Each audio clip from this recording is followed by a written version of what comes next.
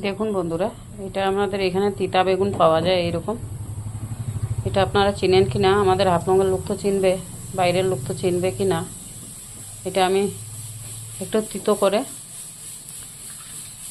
এটা আমি ভাজা করব। ওখানে এরকম করে কেটে ধুয়ে নিয়েছি। আর এটাতে দেবো আমি লঙ্কা, কিছু পেঁয়াজ, এটা দিয়ে আমি ভাজা করব। তো এইদিকে বসিয়ে দিয়েছি কড়াইতে দিয়ে দিলাম তেল। তেলটা গরম হয়ে গেছে।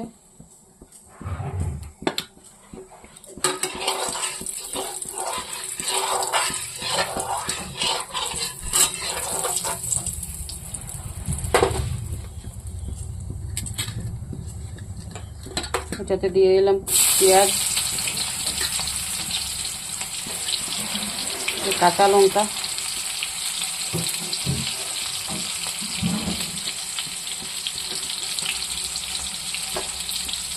একটু লাল লাল করে ভাজা ভাজা করব।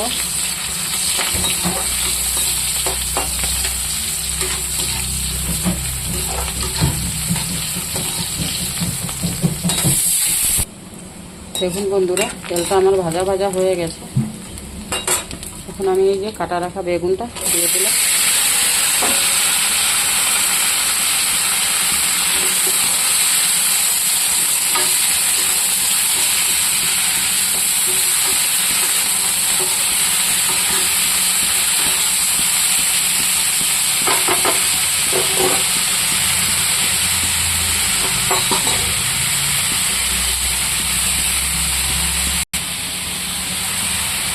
দেখুন বন্ধুরা, এখানে দিয়ে দেবো লবণ,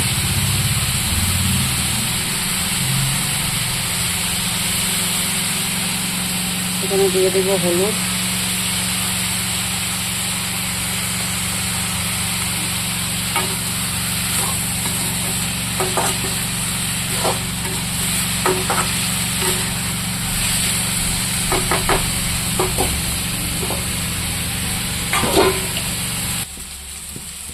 দেখুন বন্ধুরা, আমার তিতা বেগুনের ভাজা দেখতে কীরকম হয়েছে। এটা হয়ে গেছে, আর একটু হবে।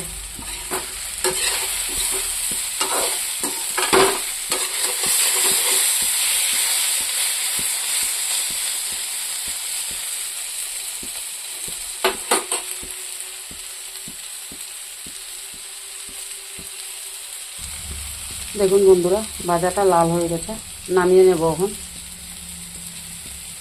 দেখুন, দেখতে ভালো লাগবে।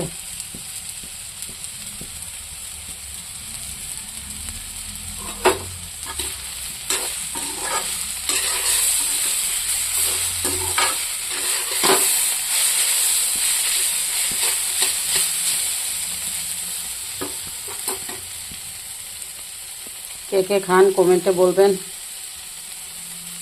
অনেকে এটা বেগুন খাবার জানে না, এটা দিয়ে বয়েলও খায়।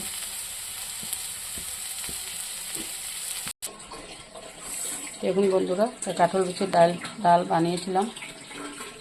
আর এটা ওই যে তিতা বেগুন ভাজা, এটা হলো শীতল চাটনি। এটাতে আমি দিয়েছি মরিচ, রসুন আর শীতল পুড়ে দিয়েছি, শীতল চাটনি করে নিয়েছি। আর এটা কুমড়ো পাতার শাক, আর এটা কুমড়ো পাতার ডাঁটা কাঁঠাল বিচি দিয়ে বানিয়েছি। এটা শসা কাটা। দেখুন দেখতে কীরকম হয়েছে। ভালো লাগলে লাইক কমেন্ট শেয়ার করবেন। এরকম কাঁঠাল বিচির ডাল আর এই তিতা বেগুন ভাজা শাক করে খাবেন, ভালো লাগবে।